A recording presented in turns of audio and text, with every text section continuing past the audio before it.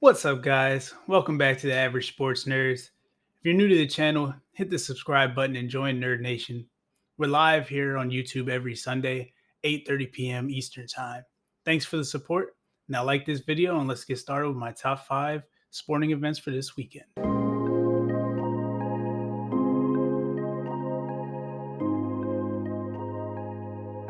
First, we got to talk about the WNBA. We got a Game 5 in the Western Conference Finals between the Phoenix Mercury and the Las Vegas Aces. The Aces led by A'ja Wilson. Great last name, but also she's a great player. On the other side, we got the Phoenix Mercury led by two legends in Brittany Griner, Diana Taurasi. They're going to go down as two of the greatest women's players of all time. They also have Skylar Diggins, who averaging 18 and 5 in the regular season. She is also a baller. We all know those names. So I'm going with those names. The Phoenix Mercury.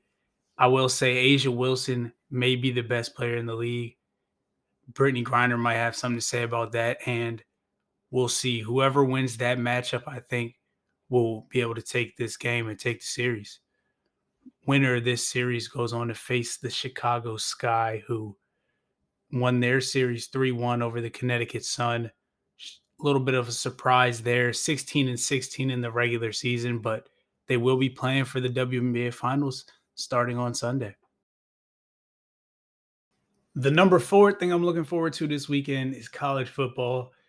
We don't really get to talk that much about it on our live streams because, there's time constraints. The NFL is the NFL, and we love talking about that. But figured I could talk some college football on here, starting with Penn State at Iowa. This is the game of the week. Penn State number 4, Iowa number 3. I think it's going to be a tough game. I think it could go either way, but I'm going to give the edge to Iowa. They're the home team. Like I said, they got a good run game, and they looked really good last week against Maryland. So Iowa in a tough one. The next game I'm going to be looking at is number 2, Georgia at number 18, Auburn. This matchup, I don't think it's going to be very close. The Georgia Bulldogs have the best defense in the country, in my opinion. They're only giving up 4.6 points a game, which that's insane. Less than 5 points. Craziness. Looking at Auburn, they are 4-1. Their one loss is to the only ranked team they played so far, and that's Penn State. I think they're a solid team. They did beat LSU, but they don't have enough against this Georgia team. Next up, we got number 6, Oklahoma against number 21, Texas in the Red River rivalry. This is a big game. Everybody in college football knows this one. Two hated rivals going at it. Oklahoma's coming into this one as 3.5-point favorites. They are undefeated, 5-0. Texas is 4-1.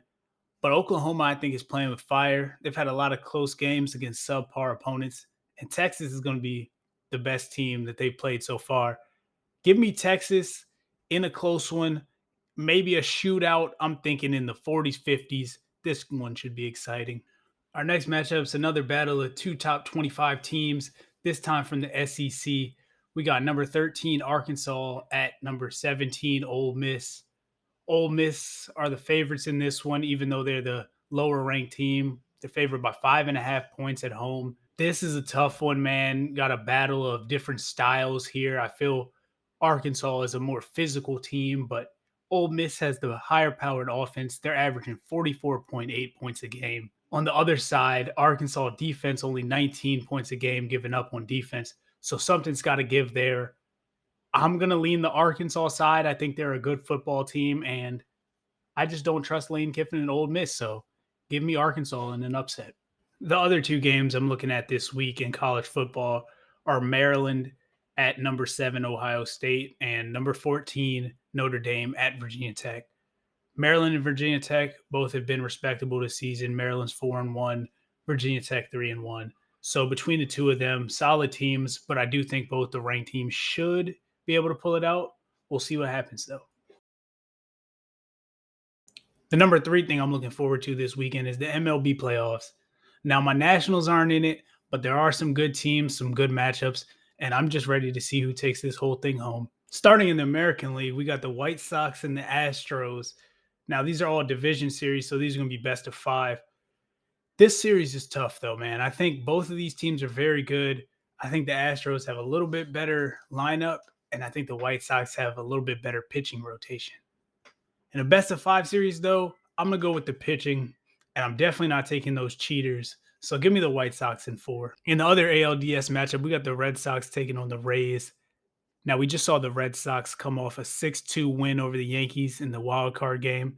So they got a little momentum coming in. They got a good team. They won 90 plus games this season.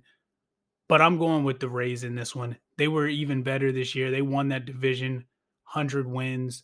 Love the way they used their pitching rotation. And I think with game five being in Tampa, I'm going to go with the Rays in five. Over in the NL, we got the Braves taking on the Brewers. I'm a Nationals fan, so I can't root for the Braves. It's not crazy to pick the Brewers either. They won more games in the regular season. I do think they're the better team. Brew Crew in four. The other NLDS series features the Dodgers and the Giants, the two best records in baseball, same division. Somehow these teams have never faced each other in the playoffs, which I find pretty odd. But they're going to be facing off in this best of five series. This is tough. Both teams obviously showed that they are very good teams. I just think the Dodgers have more experience in the playoffs. They have guys that have done it before, a lot of World Series champions on their team. Not saying that the Giants can't do it because they've come through clutch all season, but I got to roll with the Dodgers, and I think they do it in four. Number two, we got to talk some NFL here.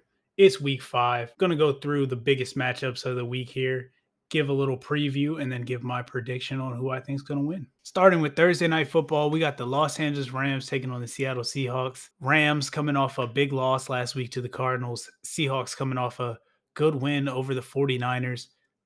However, Chris Carson is banged up. I think it'll be a tough game. I just think the Rams take this one. I still think they're the better team. They got a better defense. And I would dare to say the offense is a little bit better than Seattle as well. So give me the Rams in a tough game, and I'll take them to cover the 2.5-point spread. Moving on, we got the Green Bay Packers at the Cincinnati Bengals. Packers coming in 3-1. Last 3 games looking like the team we expected coming into the year. First game, I don't know what that was. On the other side of the ball, we got the Bengals. They're looking legit, 3-1, having a good start to the season. Jamar Chase, great rookie campaign so far. Joe Mixon is questionable for this game. However, I personally don't think he's going to play. So with that, I got to take the Packers to cover the 3-point spread.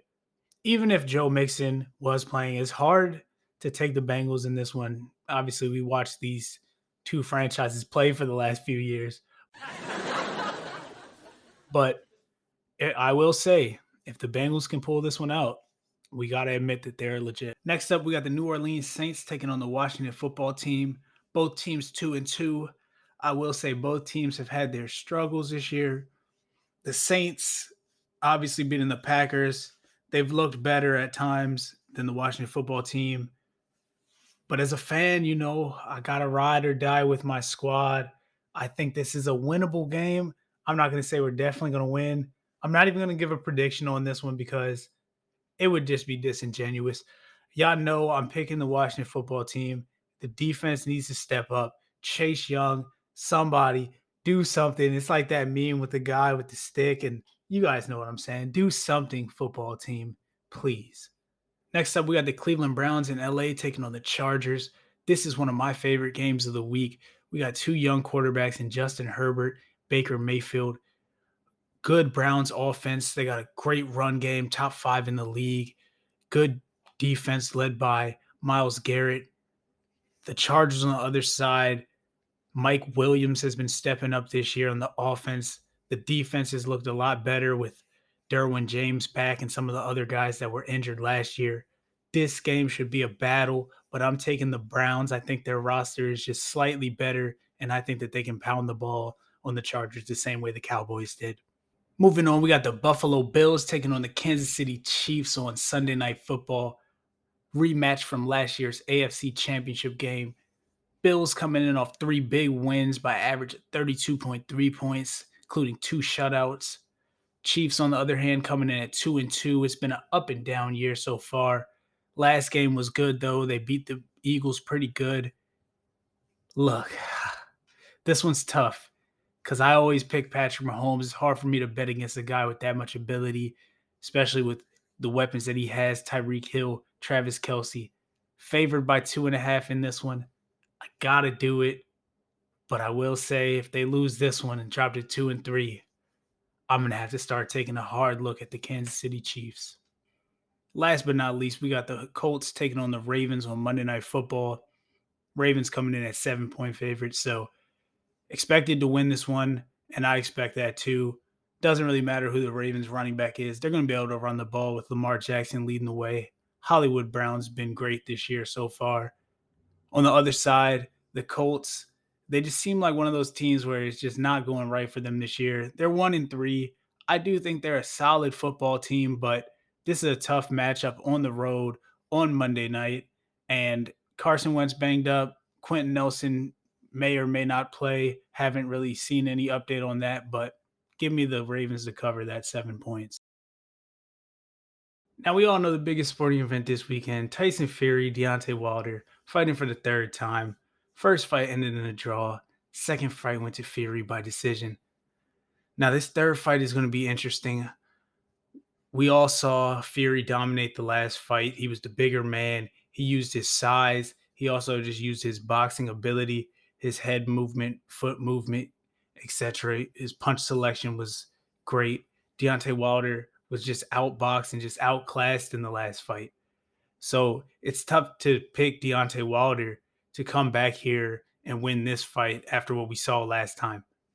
But with that being said, Deontay Wilder does have a couple things going for him. He is the better athlete. I think he is quicker, maybe, if he could get his punch off. He needs to have been working on that. Hopefully he has. Hopefully he's not just relying on landing one big right, because he's not going to be able to do that against Fury. But if he can land a couple jabs, set up some of his punches a little better, if he lands that right, he can knock anybody in the world out. So that's always on his side. And that's what makes fights like this interesting for sure. We all know Wilder, the American fighter, Fury, British fighter. I usually go with the American fighters, but in this case, I got to go with Fury. I just think he's the better boxer. I think if he comes out and boxes the way he did last time, I don't think Deontay Wilder has the answers for him. Deontay Wilder has relied most of his career just on raw athleticism and punching power, and it's worked. Don't get me wrong.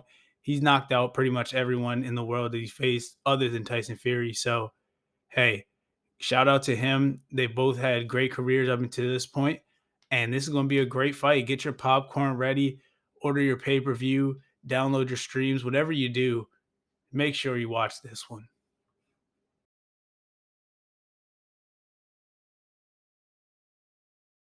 Well, that does it for my first ever YouTube video. Shout out to everybody who watched it, made it this far. Let me know how I did in the comments. Hey, I appreciate that, everyone. But in all seriousness, smash that subscribe button and come chill with us Sunday nights at 8:30 when we do our live episodes. Appreciate the support and keep nerding it up.